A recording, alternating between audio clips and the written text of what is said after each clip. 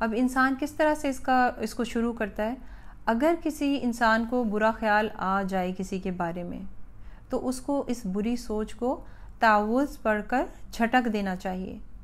یعنی جو بے اختیار سوچ آ جائے، خیال آ جائے، اس پر پکڑ نہیں ہے، مگر جب انسان اس خیال کو سوچتا چلا جائے تو پھر کیا ہوتا ہے کہ کہنے کا ارادہ بن جاتا ہے. اور اس صورت میں اگر کوئی پاس آ کر بیٹھ جائے تو وہ خیالات انسان جو ہے وہ شیئر کرنا شروع کر دیتا ہے اور پھر بولتا چلا جاتا ہے کہ مجھے تو وہ شخص پاگل لگتا ہے، وہ سائیکو لگتا ہے. کسی کے بچوں کی برائیاں شروع کر دیتا ہے، کسی کا کمپیریزن شروع کر دیتا ہے، یا ہمسایوں کی کوئی لڑائی کا، میاں بیوی کی لڑائی کا تذکرہ. یعنی تک نہیں بنتا لیکن وہ شروع ہو جاتا ہے. کبھی شادی بیاہ کا موقع ہے تو کپڑوں پہ تبصرہ شروع کر دیتا ہے، آنکھوں سے اشارے کرتے ہیں کہ دیکھو پہننے کی تمیز نہیں ہے، اس کا میک اپ دیکھو. کسی کو کالا کہہ کر مذاق اڑایا جاتا ہے، کسی کو ٹھگنی کہہ کر، کسی کو موٹا کہہ کر، کسی کو سوکھا کہہ کر، کسی کے نسب کا مذاق بنا کر. یا پھر یہ وتیرہ ہوتا ہے کہ کوئی ادھر کی ادھر بات لگا کے بھائیوں میں پھوٹ انسان ڈلوا دیتا ہے، لگائی بجھائی کروا کے لڑوا دیتا ہے، عیب لگاتے ہیں، برے برے نام رکھتے ہیں. تو یہ جو کام ہے نا، یہ سوچ سے ہی شروع ہوتے ہیں اور پھر اس کے بعد انسان کرتا چلا جاتا ہے. تو ان سب یہ جو کام ہے ہمزہ اور لمزہ کے دائرے میں ہی آ جاتے ہیں. تو اس پر پکڑ ہے، سوچ سے ہی اس کی شروعات ہوتی ہے، پھر باتوں سے آپ اس کو عملی جامہ پہنا دیتے ہیں. اور یہ باتیں کرتے کرتے ہم لوگوں کو احساس ہی نہیں رہتا کہ یہ گناہ ہے. ہمارے نزدیک ان کی کوئی حیثیت ہی نہیں ہوتی. ہم لوگ روز اس کو سن رہے ہوتے ہیں، کہہ رہے ہوتے ہیں، لیکن اس کی اصلاح نہیں کرتے.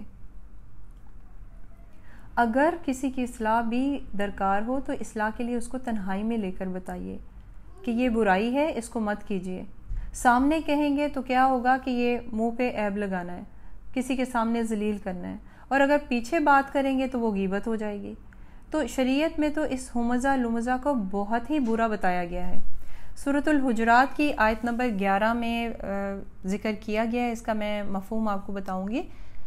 ترجمہ ہے اس کا: اے ایمان والو، تمہارا کوئی گروہ دوسرے گروہ کا مذاق نہ اڑائے.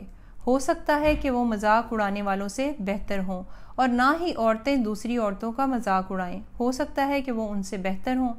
اور ایک دوسرے پر طعنہ زنی نہ کرو اور نہ ہی ایک دوسرے کے برے نام رکھو.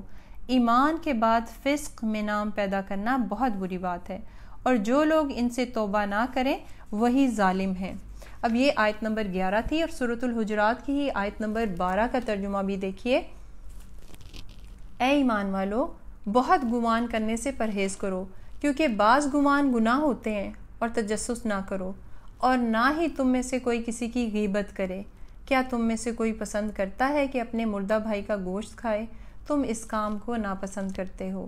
اور اللہ سے ڈرو، بلا شبہ اللہ توبہ قبول کرنے والا اور رحم کرنے والا ہے. ایک مرتبہ نبی پاک صلی اللہ علیہ وآلہ وسلم کے پاس کسی نے آ کر پوچھا کہ غیبت کیا ہے؟ آپ صلی اللہ علیہ وآلہ وسلم نے فرمایا کسی کی پیٹھ پیچھے برائی کرنا، کہ جب اس کو پتہ چلے تو وہ اس کو ناپسند کرے. تو اس شخص نے کہا کہ یا رسول اللہ صلی اللہ علیہ وآلہ وسلم، اگر وہ برائی اس کے اندر موجود ہو اور ہم اس کا تذکرہ کر دیں. تو نبی پاک صلی اللہ علیہ وآلہ وسلم نے فرمایا اگر وہ برائی اس کے اندر موجود ہے اور تم نے پیٹھ پیچھے وہی برائی کر دی تو یہی تو غیبت ہے. اور اگر وہ برائی اس میں موجود نہ ہوئی تو وہ پھر بہتان ہے، یعنی پھر الزام لگانا ہے کہ وہ چیز تو اس کے اندر ہے ہی نہیں اور آپ نے الزام لگا دیا اس پر. مگر اس کو ہم نے آج کیا کیا ہوا ہے، عام کا معمول بنا لیا ہے. اس کے بغیر ہمارے پاس کرنے کو کوئی بات ہی نہیں ہوتی.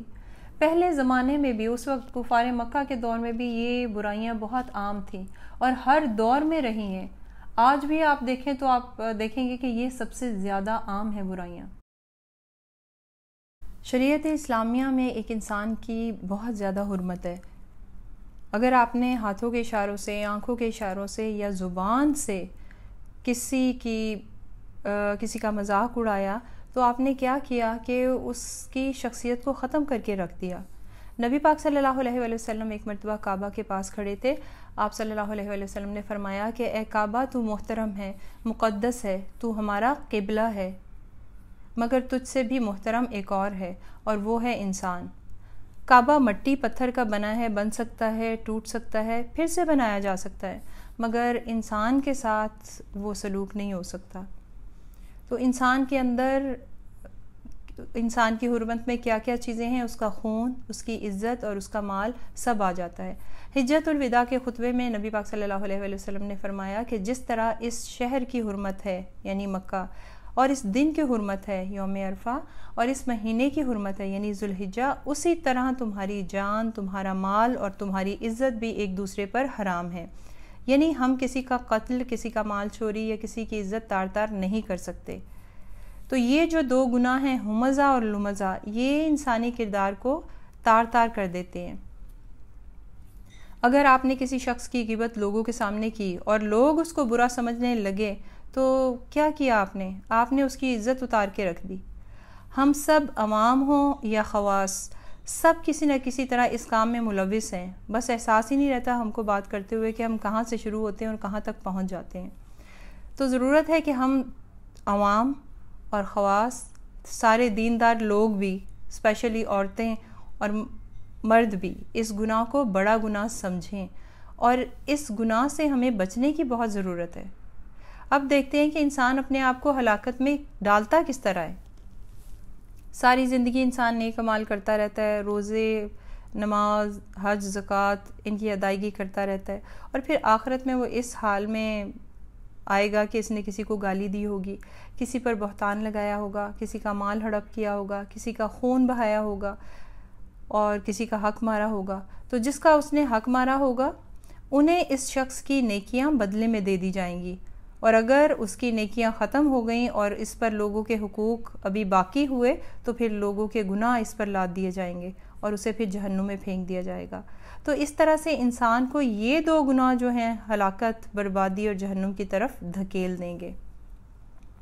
اب ہم آتے ہیں کہ اس کا سلوشن کیا ہے، اس سلسلے میں ہمیں کرنا کیا چاہیے، کس طرح سے محتاط ہونا چاہیے۔ سب سے پہلی بات یہ کہ کم بولیں، سوچ سمجھ کر بولیں۔